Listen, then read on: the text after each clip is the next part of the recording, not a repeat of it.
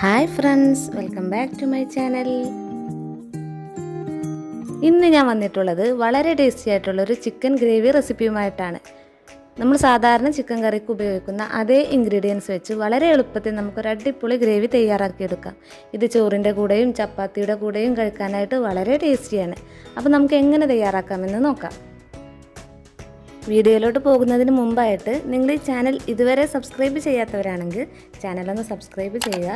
തൊട്ടപ്പുറത്ത് കാണുന്ന ബെൽ ബട്ടണും കൂടെ ഒന്ന് പ്രസ് ചെയ്യുക. അപ്പോൾ നമുക്ക് എങ്ങനെ തയ്യാറാക്കാമെന്ന് നോക്കാം. ഇതിനു വേണ്ടി ഞാനിവിടെ ഒരു 1/2 കിലോഗ്രാമോളം ചിക്കൻ എടുത്തിട്ടുണ്ട്. ചെറിയ കഷ്ണങ്ങളാക്കി നല്ല കഴുകി വൃത്തിയാക്കി വെച്ചിട്ടുണ്ട്. അപ്പോൾ നമുക്കിതൊന്ന് മാരിനേറ്റ് ചെയ്യണം. അതിനുവേണ്ടി ഒരു ബൗൾ എടുത്തിട്ടുണ്ട്. അതിലേക്ക് നമുക്ക് 1/4 ടീസ്പൂൺ മഞ്ഞൾപ്പൊടിയാണ് ചേർത്ത് കൊടുക്കേണ്ടത്. ഇനി ഇതിലേക്ക് 1/2 ടീസ്പൂൺ മുളക് പൊടി ചേർത്ത് കൊടുക്കാം.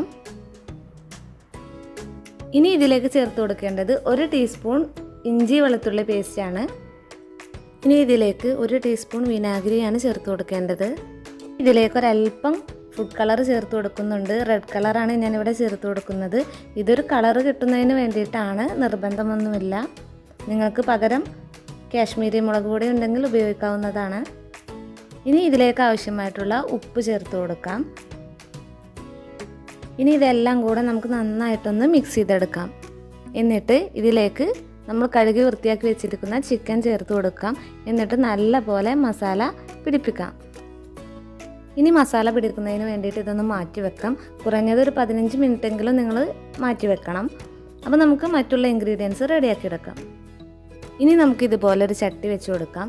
എന്നിട്ട് ചട്ടി ചൂടായി വരുന്ന സമയത്ത് ഇതിലേക്ക് 1 ടീസ്പൂൺ വെളിച്ചെണ്ണ ചേർത്ത് കൊടുക്കാം. ഇതിലേക്ക് ഒരു 5-6 അല്ലി വെളുത്തുള്ളി ചേർത്ത് കൊടുക്കാം. അതുപോലെ തന്നെ ഒരു 5-6 ചുവന്നുള്ളിയും ചേർത്ത് കൊടുക്കാം. ഇതിലേക്ക് ഒരു ചെറിയ കഷ്ണം ഇഞ്ചി ചേർത്ത് കൊടുക്കാം. ഇതിലേക്ക് ഒരു 3 വറ്റൽമുളക് ചേർത്ത് കൊടുക്കുന്നുണ്ട്. ഒരുപാട് എരിവുള്ളതാണെങ്കിൽ ഒരു 2 എണ്ണം ചേർത്താൽ മതിയാകും. ഇനി എല്ലാം കൂടെ നമുക്ക് നന്നായിട്ടൊന്ന് വഴറ്റിയെടുക്കണം. പോലെ വഴന്നു വന്നിട്ടുണ്ട്. നമുക്കിതൊന്ന് എണ്ണയിൽ നിന്ന് കോരി മാറ്റാം. ഇനി നമുക്ക് ഈ എണ്ണയിലേക്ക് തക്കാളി ചേർത്ത് കൊടുക്കണം. ഒരു മീഡിയം സൈസിലുള്ള തക്കാളി ചെറിയ കഷ്ണങ്ങളായി കട്ട് ചെയ്തെടുത്തിട്ടുള്ളതാണ്. ഇതൊന്ന് നമുക്ക് നന്നായിട്ട് വഴറ്റിയെടുക്കണം. ഇപ്പോൾ ഏകദേശം ഒന്ന് വഴന്നു വന്നിട്ടുണ്ട്. നമുക്ക് തക്കാളി ഒരുപാടങ്ങ് ഉടഞ്ഞു പോകേണ്ട ആവശ്യമില്ല. ഒരു ഏകദേശം 1/4 ഭാഗത്തോളം വഴന്നു വരുന്ന സമയത്ത് നമുക്ക് ഇതൊന്ന് ചട്ടിയിൽ നിന്ന് മാറ്റാം. ഇനി വഴറ്റിയെടുത്ത എല്ലാം ഒന്ന് നന്നായിട്ട് ചൂടാറി കഴിഞ്ഞാൽ നമുക്കൊരു മിക്സിയുടെ ജാറിലേക്ക് ചേർത്ത് കൊടുക്കാം. എന്നിട്ട് ഒരല്പം വെള്ളം ചേർത്ത് കൊടുത്തിട്ട് നന്നായിട്ടൊന്ന് പേസ്റ്റാക്കി എടുക്കാം.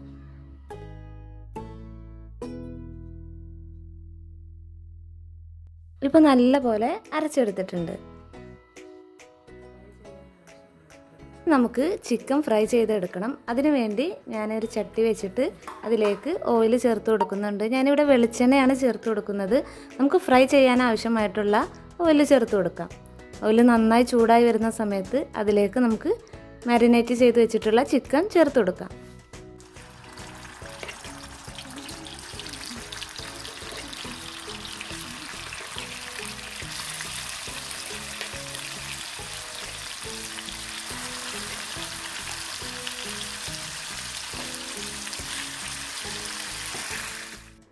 ഇപ്പോൾ ഏകദേശം ഒരു സൈഡൊന്ന് ഫ്രൈ ആയി വന്നിട്ടുണ്ട്.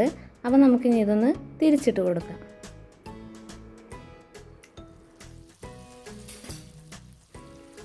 നമുക്ക് ഒരുപാടങ്ങ് ഫ്രൈ ചെയ്തെടുക്കേണ്ട ആവശ്യമില്ല. ഒരു 1/4 ഭാഗത്തോളം ഫ്രൈ ആയി കഴിഞ്ഞാൽ നമുക്കിത് എണ്ണയിൽ നിന്ന് മാറ്റാം. അപ്പോൾ നമ്മുടെ ചിക്കൻ ഏകദേശം റെഡിയായി വന്നിട്ടുണ്ട്. നമുക്കിതൊന്ന് എണ്ണയിൽ നിന്ന് മാറ്റി വെക്കാം. ബാക്കിയുള്ള ചിക്കനും നമുക്കിതുപോലെ തന്നെ ഫ്രൈ ചെയ്തെടുക്കാം.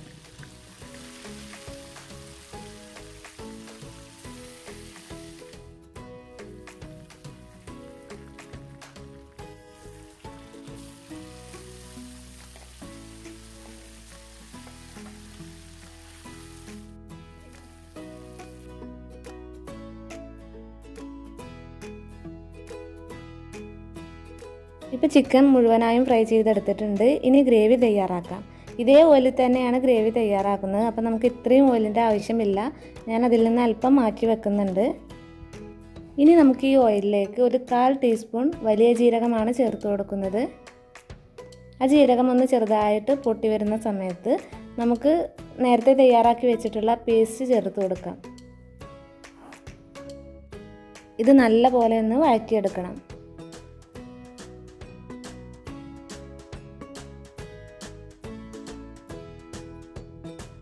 നന്നായിട്ടൊന്ന് വഴറ്റിയെടുത്ത ശേഷം ഇതുപോലെ എണ്ണ തെളിഞ്ഞു വരുന്ന സമയത്ത് നമുക്കിതിലേക്ക് സവാള ചേർത്ത് കൊടുക്കാം. ഞാനൊരു വലിയ സവാള നല്ല പൊടി പൊടിയായി അരിഞ്ഞെടുത്തിട്ടുള്ളതാണ് ഇതിലേക്ക് ചേർത്ത് കൊടുക്കുന്നത്. നമുക്ക് സവാളയും നന്നായിട്ട് തന്നെ വഴറ്റിയെടുക്കണം.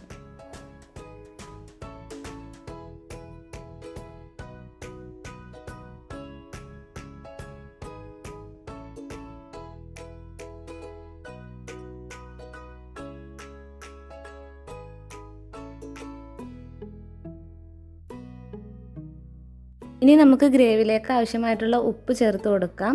ചിക്കനിലേക്ക് നമ്മൾ നേരത്തെ ഉപ്പ് ചേർത്ത് കൊടുത്തിട്ടുണ്ട്. അതുകൊണ്ട് ഗ്രേവിയിലേക്ക് ആവശ്യമായിട്ടുള്ള ഉപ്പ് മാത്രം ചേർത്താൽ മതിയാകും.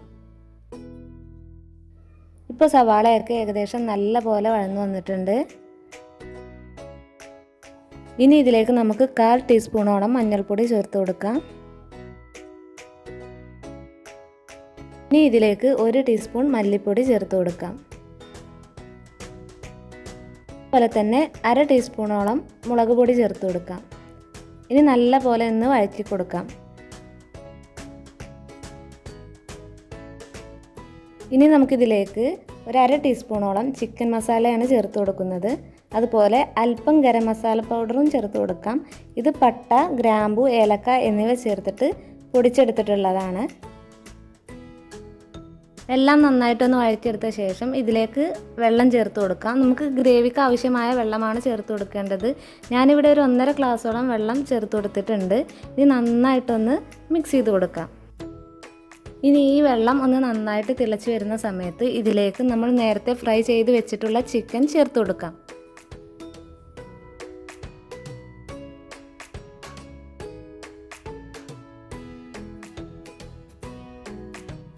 ഇനി എല്ലാം കൂടെ നന്നായിട്ടൊന്ന് ഇളക്കി യോജിപ്പിച്ച് കൊടുക്കാം.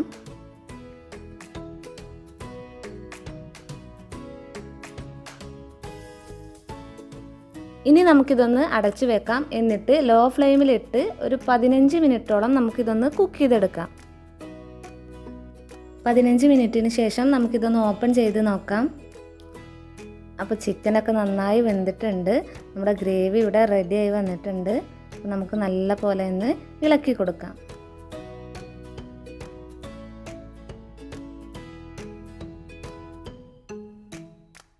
ഇനി നമുക്ക് ഇതിലേക്ക് ഒരല്പം മല്ലിയില ചേർത്ത് കൊടുക്കാം. എന്നിട്ട് നല്ല പോലെ ഒന്നുകൂടെ മിക്സ് ചെയ്തെടുക്കാം. എന്നിട്ട് നമുക്ക് ഫ്ലെയിം ഓഫ് ചെയ്യാം.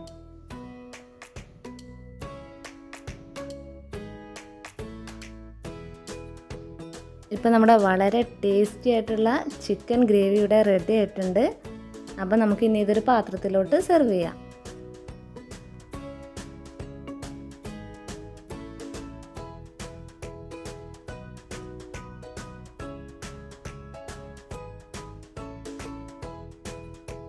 അപ്പോൾ നമ്മുടെ സ്പൈസി ആൻഡ് ടേസ്റ്റി ആയിട്ടുള്ള ചിക്കൻ ഗ്രേവി ഇവിടെ റെഡി ആയിട്ടുണ്ട്. അപ്പോൾ നിങ്ങളെല്ലാവരും ഇതുപോലെ ഒന്ന് ട്രൈ ചെയ്ത് നോക്കുക. എന്നിട്ട് ഫീഡ്ബാക്കൊക്കെ ഒന്ന് അറിയിക്കുക.